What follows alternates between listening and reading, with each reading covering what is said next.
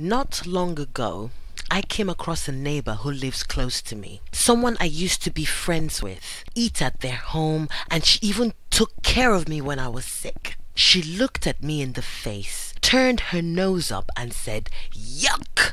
to me before laughing. As I walked away, a voice said to me that I need to address this matter of slander on my character once and for all, especially that of people viewing me as a prostitute, because I will be damned if I have to live amongst people I know trying to run me over with their car and insulting me as they do this, pointing fingers in my face as I am walking past them and laughing at me in front of people and the various other public humiliation people have subjected me to. The last time I checked, prostitutes are human beings, although a prostitute I am not. And for freelancers I employed to share the video I spent 2 months making, to be tagging my video as African porn and XXX videos, I know that there is another video out there of me which was recorded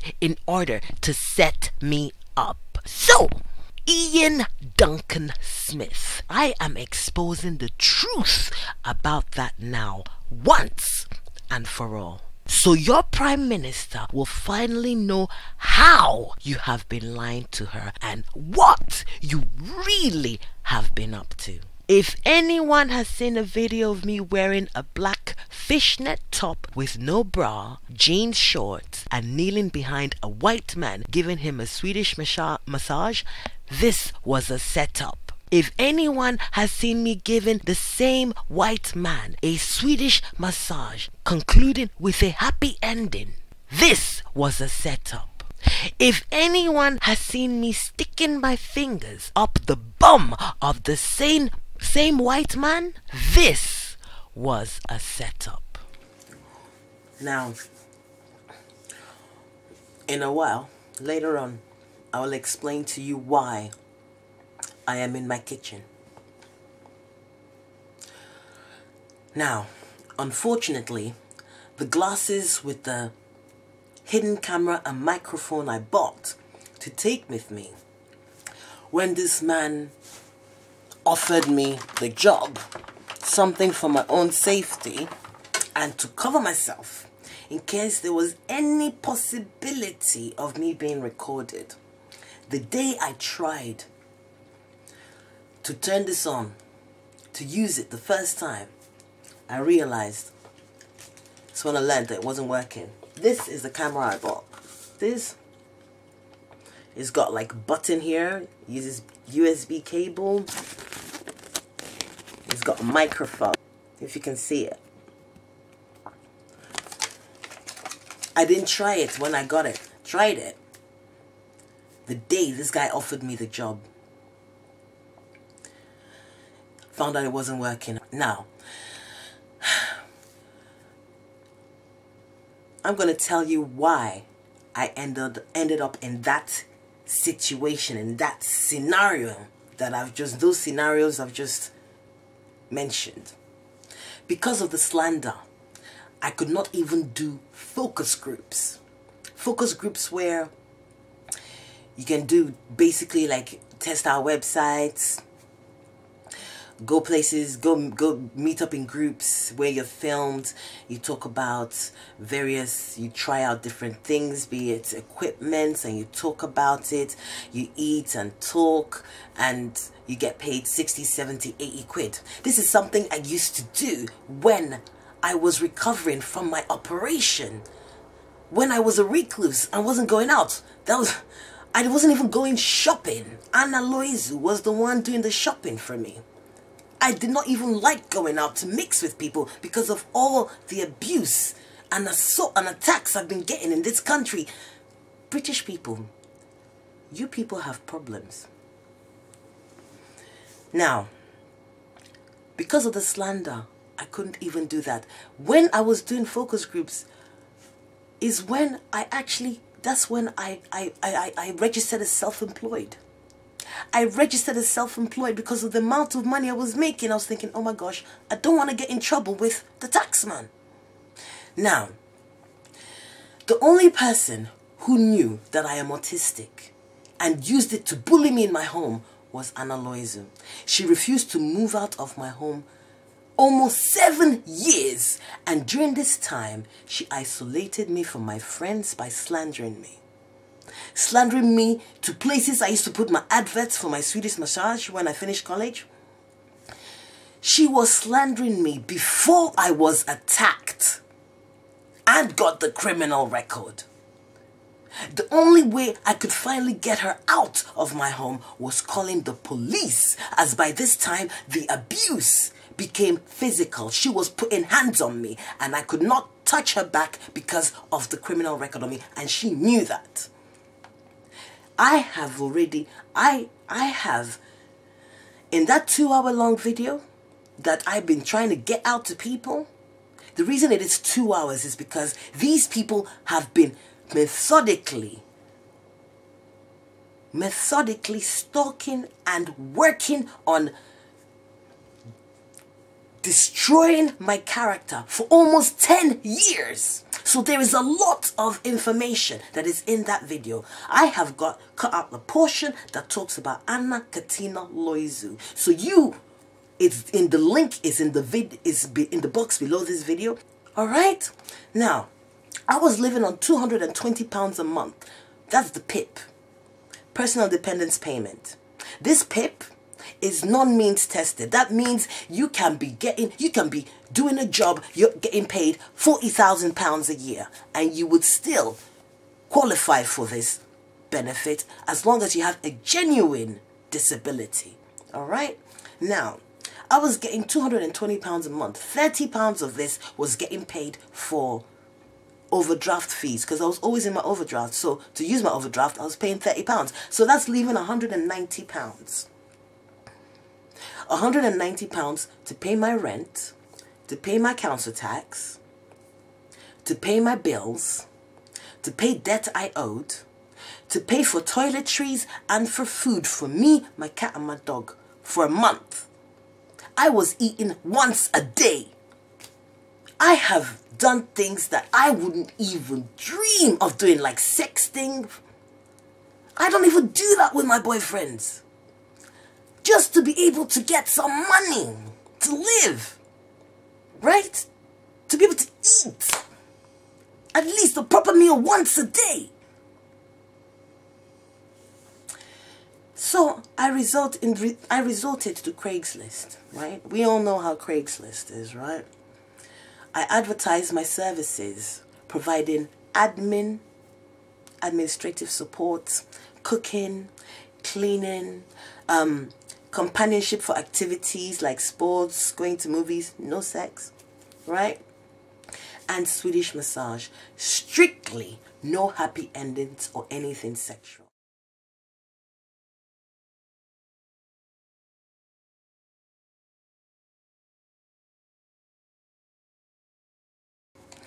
Then some man, call himself George, living in Kent, contacted me. He said he had moved home recently. He was into property development, buying and selling property, and he needed all of my services.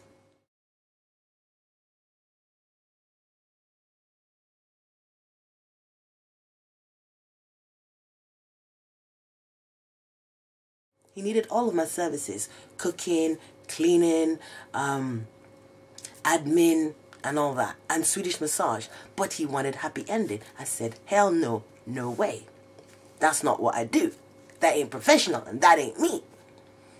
Then he started telling me how, well, you know what, he works, that he has a lot of contacts, that he used to work in government, and he's got contacts, and he can find this and find that, and anything basically I needed done, if there was any problems I had, he would help me. It's a bit weird now, you know, when I started thinking about it afterwards, it's like, I wonder why he said that. So I thought about it, and I said, okay. I confided in him. I said to him, there is one thing I have. I told him I have a little issue going on, didn't go into it. I said, listen, I need help with a few things. Getting the court documents from Uxbridge Magistrates Court, which I've been trying to get and kept getting blocked. I want to get these documents. that show the one that showed that I did not plead guilty to ABH or even common assault, which the Metropolitan Police had put down on the police national computers, that I pled guilty to actual bodily harm. And I wanted to get another document that showed that Linda Hosea, the woman who her and her daughter attacked me, Linda Hosea had actually done this to another neighbor and had actually had her case at the same Uxbridge Magistrate Court. Okay? And this case was thrown out. It was thrown out because the woman whom she claimed attacked her had a witness when she was attacked. I was on my own when I was attacked. So I had no witness. It was all three, two of them, another one, and then a next one came from nowhere who wasn't even there to say that, yes, I was running up and down and whacking people on the head with my crutches whilst I was sick and recovering from an operation. And at that time I was attacked, I was still a social worker. Believe that. Clean criminal record, never been in trouble. Okay? And I also wanted him to talk to my aunties. Yeah? I fell out with one of my aunties. This particular auntie, she knew the history of my royal family, my royal family. I didn't know the history. But I'd fallen out with her when I got in touch with her earlier in the year. This was 2018, last year. And another auntie of mine, my mother's half-brother's wife.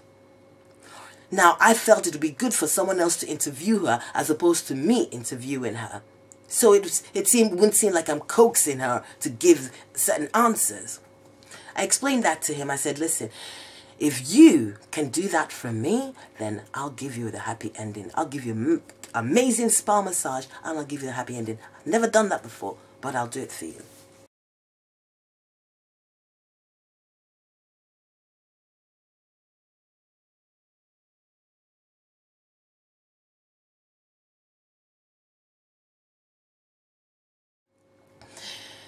It went from doing admin, cleaning, cooking, and Swedish massage with happy ending to I should be naked when given the massage. I refused. I compromised with the fishnet top and no bra.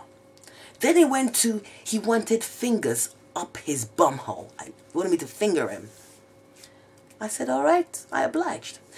Listen, if he wanted a whole banana, forget that. If he wanted a watermelon up his bumhole, yeah, I would push that thing up as long as he helped me as he said he would. Yeah? Then, from there, it went to he will only help me if I had sex with him. This, I drew the line. That's it. Because I already told him from the beginning. No sex. And then all of a sudden, it's gone to that. I eventually took 30 pounds off of him before disappearing. This man, he wasn't giving the massage, right? He would bring out a phone and as if he was recording me when I was doing these things to him. And that got my suspicions up. You know what? I should let the messages and recorded telephone calls, yeah, that I had with him do the rest of the talking about that, all right? After this, man, I still needed to make up my money for the video promotion and to live on, as the Department for Work and Pensions had already indicated with the letter that I knew they would be stopping my PIP, and that was the only guaranteed money I was getting coming into my home. Yeah? Now, this video promotion, I had budgeted £300 for this. I had guessed between 10 to 12, maximum £15 for 20 countries. The video, the long 2-hour video, I'm putting a link down here as well. Please watch it, people. At the end of it, you will see where I put that the video is going viral in 20 countries. That was my aim. 20 countries. I picked 20 countries. To add with the fees, the freelancer.com was going to charge me, it came to £300, right?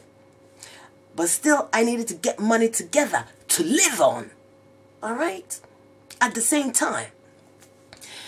So, I decided to try myself to get the document from the court, which I finally did. But I still needed someone to speak to my aunties. I advertised on Craigslist for someone to assist me to speak to someone and was contacted by a man called Phil. Now, my auntie was not available. The other one was not, at the time he was available to talk to them, she wasn't available. Because being a nun, she was doing prayers during that time. But the other auntie who could speak to him, when I went to his place, for some reason, her internet was off. They didn't have internet for a long time. It was off. So she wasn't available.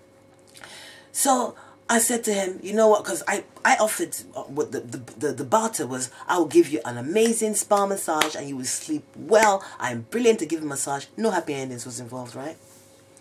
Now, after telling him a little bit of my situation, not going really into it, that I told him, he learned that I needed money to sort some things out. He offered to do the Swedish massage with me. I was like, oh, that's really cool. It's like, you know, 2 people, you're going to get, you know, you're going to, hey, sorry, my dog. I said, he's like, 2 people, you're going to get more money. I was like, yeah, you know, we work faster. I was like, yeah, I'll teach you. I later found that he is bisexual. And it did something for him, massaging men. And happy endings again came into the picture.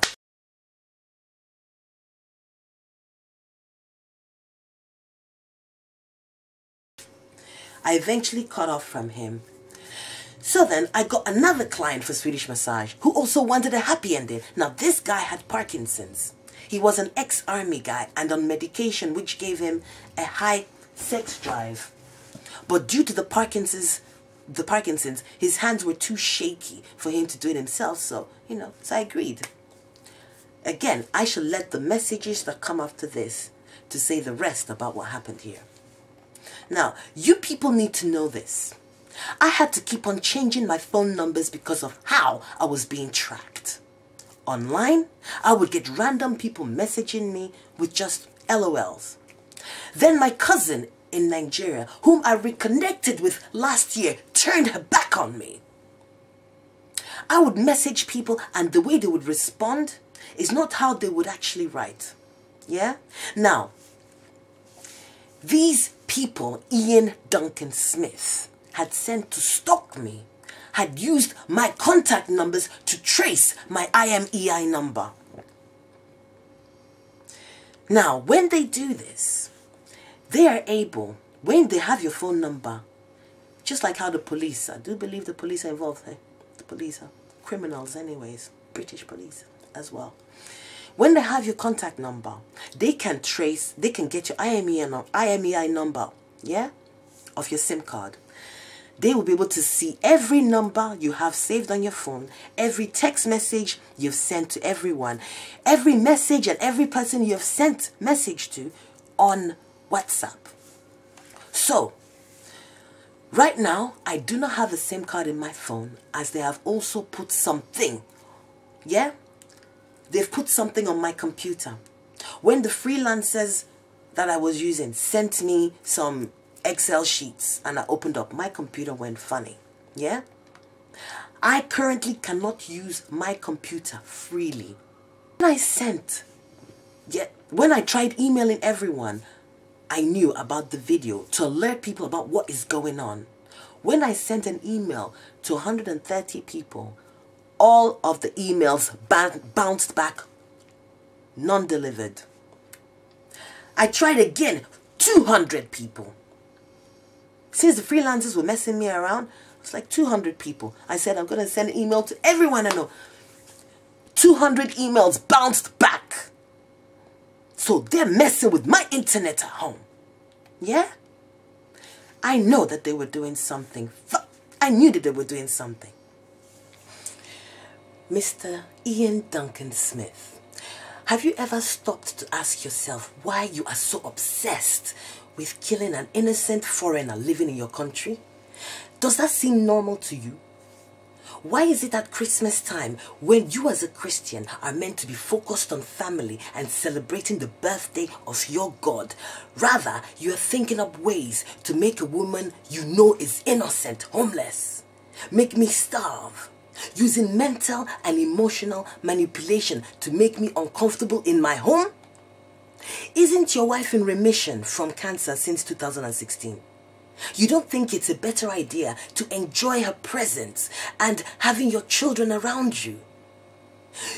You know, with your antics, you have opened up the karmic gates for your wife's cancer to come back even more aggressively. Instead, I am dealing with people drilling and hitting my lounge wall randomly with a hammer at 3 a.m. in the morning.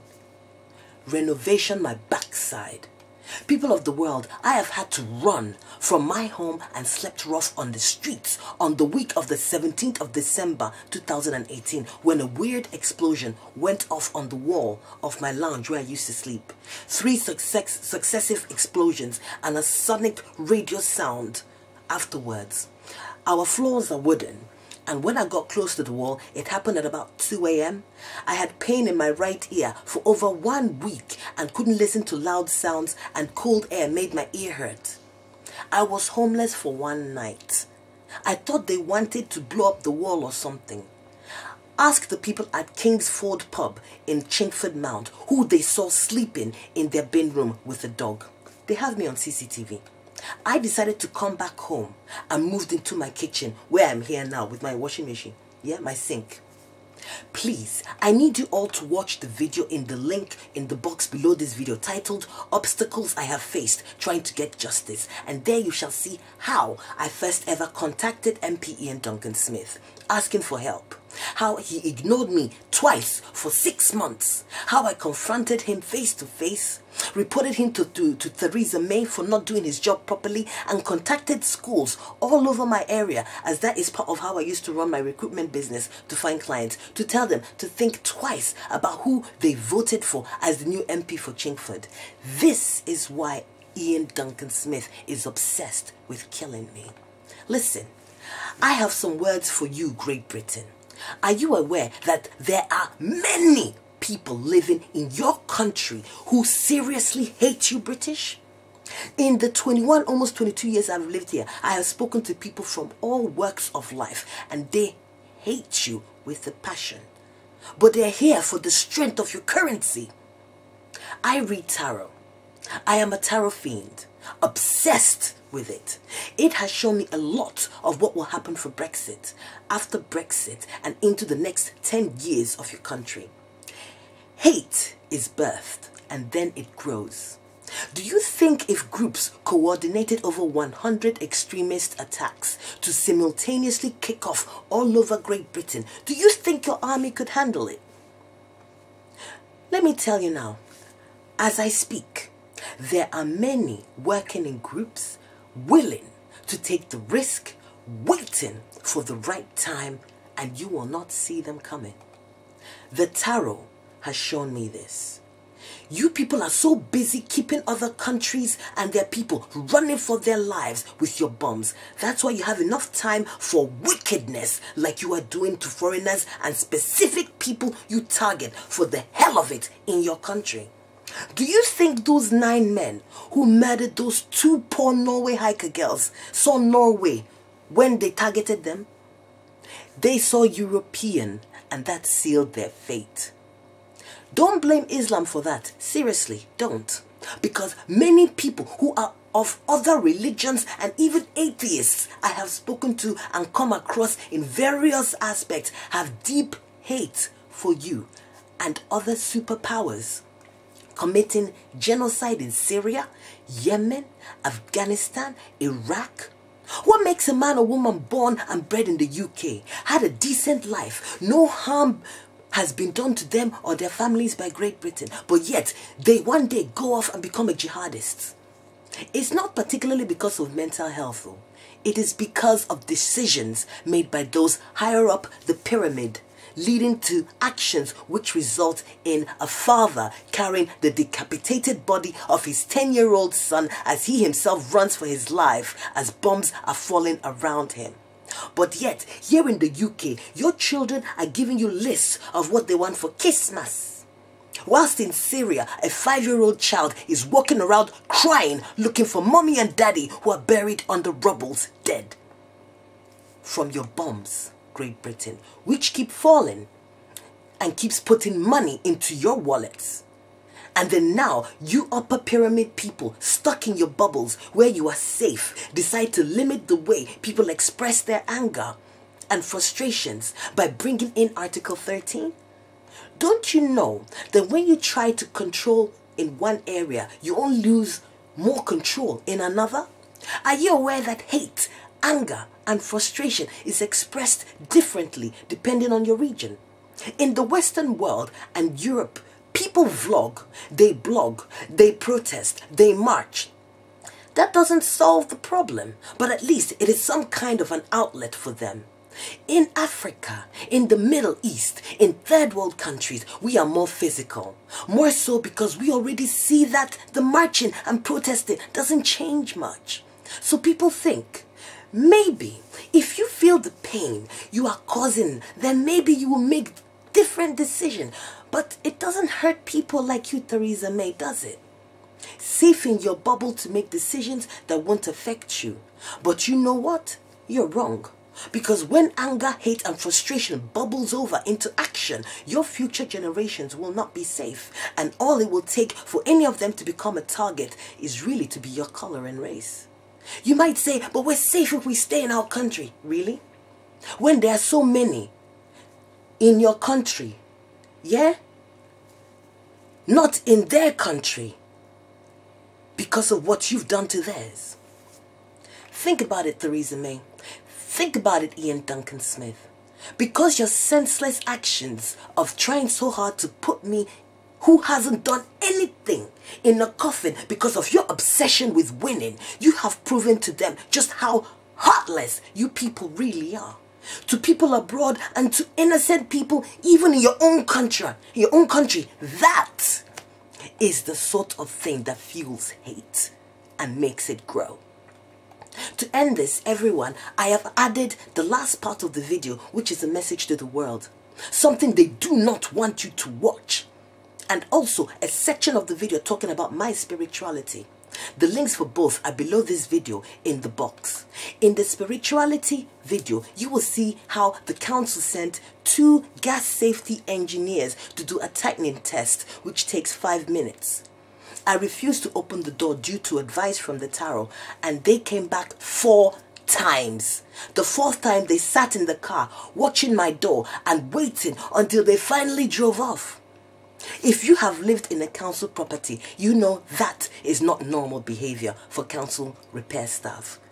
These had no uniforms on as well. For the rest of the time I am in this property, do not send anyone for testing, service or repairs again until I leave. My gas has been capped for over 2 years. I can't afford gas here. By the way, I heard the chanting from the room some nights before the explosions, Mrs. Smith. I didn't tell you all in the video about every type of rituals I have been through to prepare me for when this attempt on my life would happen. Something foretold when I was about 11 years old. I am 41 years now. Remember, we are different. You are working with Knights Templar knowledge. I have following me voodoo and black magic, which my ancestors were practicing before you white people ever stepped foot in Africa or knew that we even existed.